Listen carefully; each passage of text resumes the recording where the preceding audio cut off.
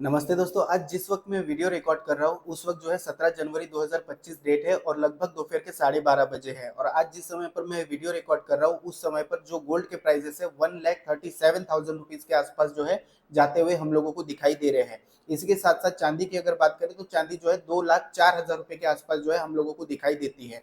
तो दोस्तों आज की इस वीडियो में हम लोग यही समझने की कोशिश करेंगे कि क्यों गोल्ड के प्राइसेस में जो है इतनी उठापटक जो है जारी है और गोल्ड के प्राइसेस लगातार इतने क्यों बढ़ रहे हैं। और 19 दिसंबर के बाद में क्या गोल्ड के प्राइसेस में एक बड़ी हम लोगों को जो है तेजी आती हुई नजर आ सकती है और इसके पीछे क्या कारण हो सकते हैं आज की इस वीडियो में हम लोग समझेंगे। तो आइए दोस्तों वीडियो को शुरू करते हैं। तो देखिए दोस्तों, गोल्ड के प्राइसेस में जो है कल हम लोगों को एक गिरावट देखने के लिए मिली थी जो बहुत नॉमिनल थी। पूरे दिन जो है गोल्ड के प्राइसेस हम लोगों को कम दिखाई दिए थे, लेकिन शाम होते होते जो है गोल्ड के प्राइसेस में हम लोगों को एक अचानक जो है बहुत बड़ा उछाल आता है दिखाई दिया। इसके पीछे मेन कारण था यूएसए का जो है जॉब डेटा रिलीज हुआ। अभी जो जॉब डेटा है हर महीने रिलीज होता है, लेकिन पिछले महीने जो है 40 दिन का जो है शटडाउन था। इस वजह से कहीं ना कहीं जो है यूएस का ये जो जॉब डेटा है ये लेट आया और इसी के साथ साथ फेड के जो इंटरेस्ट रेट कट हुए हैं इस वजह से जो है कहीं ना कहीं ये डेटा भी उसमें जो है गोल्ड के प्राइसेस को आगे बढ़ाने में जो है एक अच्छा कारगर साबित हुआ। वही अगर सिल्वर की बात करें तो सिल्वर के प्राइसेस में भी कुछ ऐसा ही हम लोगों को जो है देखने के लिए मिला। अब ये जो जॉब डेटा आया है दोस्तों, ये जॉब डेटा से यूएसए में जॉब डेटा आया है, हम इंडिया में बैठे हैं, इससे जो है क्या लेना देना होता है गोल्ड के प्राइसेस का। अगर हम लोग इसको समझने की कोशिश करें तो यूएस में अगर जॉब डेटा जो आता है उसमें हम लोगों को ये देखने के लिए मिलता है कि नौकरियों में जो है गिरावट देखी गई है, क्योंकि हर महीने डेटा जारी होता है। तो नौकरियों में गिरावट देखने मिली है, इसका मतलब जो है इकोनॉमी जो है ठीक से काम नहीं कर रही है। और इकोनॉमी ठीक से काम नहीं कर रही है तो इक्विटी या बॉन्ड्स उसमें जो है गिरावट आती है, और इसमें अगर गिरावट आती है तो गोल्ड के प्राइसेस जो है बढ़ने की संभावना जो है बढ़ जाती है। इस वजह से जो है ये डेटा महत्वपूर्ण स्थान जो है अपनी जगह पे रखता है। इसी के साथ साथ दोस्तों अब जो है गोल्ड के प्राइसेस बढ़ते हुए हम लोगों को दिखाई दे रहे हैं। अब सवाल ये उठता है कि 19 दिसंबर के बाद में ऐसा क्या होने वाला है जिसकी वजह से गोल्ड के प्राइसेस जो है बढ़ सकते हैं। तो दोस्तों इसके पीछे मेन कारण जो हम लोगों को दिखाई देता है वो है बैंक ऑफ जापान। अब ये जो बैंक ऑफ जापान है इसकी 18 और 19 तारीख को जो है एक मीटिंग होने वाली है। इस मीटिंग में ये हो सकता है कि बैंक ऑफ जापान जो है अपने इंटरेस्ट रेट जो है बढ़ाए।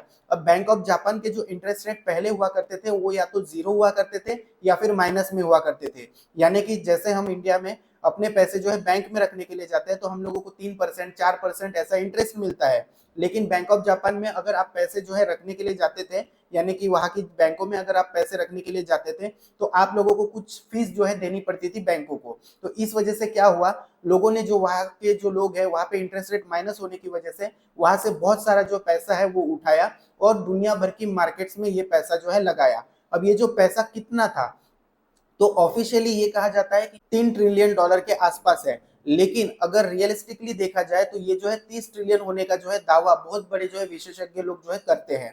तो इस हिसाब से अगर देखा जाए तो दुनिया भर में इतना पैसा जो है जापान में लगा हुआ है, चाहे फिर वो बॉन्ड हो, चाहे फिर इक्विटी हो, चाहे फिर शेयर मार्केट हो, चाहे फिर कमोडिटी हो, चाहे फिर ईटीएफ्स हो, या फिर बहुत सारी ऐसी चीजें जो भी निवेश करने लायक हो उसमें जो है जापान के लोगों का पैसा लगा हुआ है। अब जापान जो है अपने इंटरेस्ट रेट बढ़ा रहा है। अभी फिलहाल जापान में 0.5% इंटरेस्ट रेट है और ये 19 तारीख को बढ़ाकर जो है जापान 0.75% तक लेकर जाने की जो है कोशिश कर सकता है। अगर ऐसा होता है तो लॉन्ग टर्म में हम लोगों को ये देखने के लिए मिल सकता है कि सारी दुनिया से जो है जापान के निवेशक जो है पैसा निकाले और वो पैसा जो है जापान में लेकर जाए।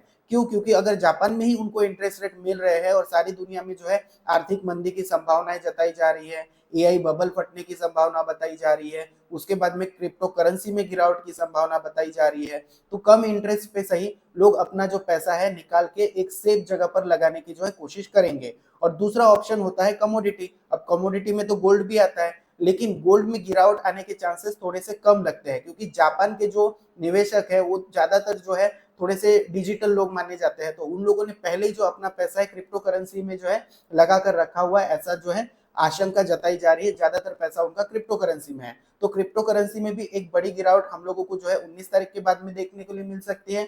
और साथ ही साथ में शेयर मार्केट्स में दुनिया भर के थोड़ा सा गिरावट हम लोगों को देखने के लिए मिल सकता है। इस वजह से हम लोगों को गोल्ड के प्राइसेस में जो है एक बढ़ोतरी होती हुई नजर आ सकती है। अब ये होगा ही ऐसा कोई फिक्स नहीं है दोस्तों, लेकिन चांसेस देखने पे ऐसा लग रहा है कि ऐसा हो सकता है। ये वीडियो मैंने एजुकेशनल पर्पस के लिए बनाया था। अगर जो है आप लोगों को ये वीडियो अच्छा लगा हो तो इसको लाइक कर दीजिए और अपने दोस्तों के साथ शेयर जरूर करिए। और अगर आप लोग मुझसे बात करना चाहते हैं या फिर मैं एक जो कम्युनिटी बनाने जा रहा हूँ उसका हिस्सा बनना चाहते हैं, या फिर how to become a jeweller course buy करना चाहते हैं, तो नीचे मैंने डिस्क्रिप्शन में नंबर दे दिया है, वहां पर जाकर जो है आप मुझसे संपर्क कर सकते हैं। आज के लिए बस इतना ही। Thank you.